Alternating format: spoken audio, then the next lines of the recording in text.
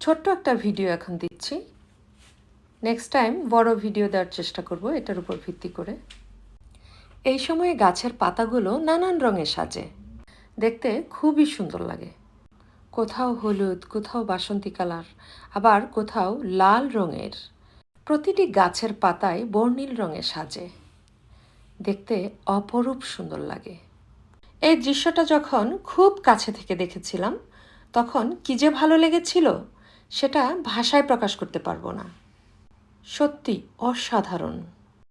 এই দৃশ্যটা আমেরিকায় ঘোরাঘুরির সময়। অনেক জায়গায় তো ঘুরেছি, যেখানেই ইচ্ছে হয়েছে সেখান থেকেই ভিডিও নিয়েছি। মানুষ সুন্দরের পূজারী, তাই না?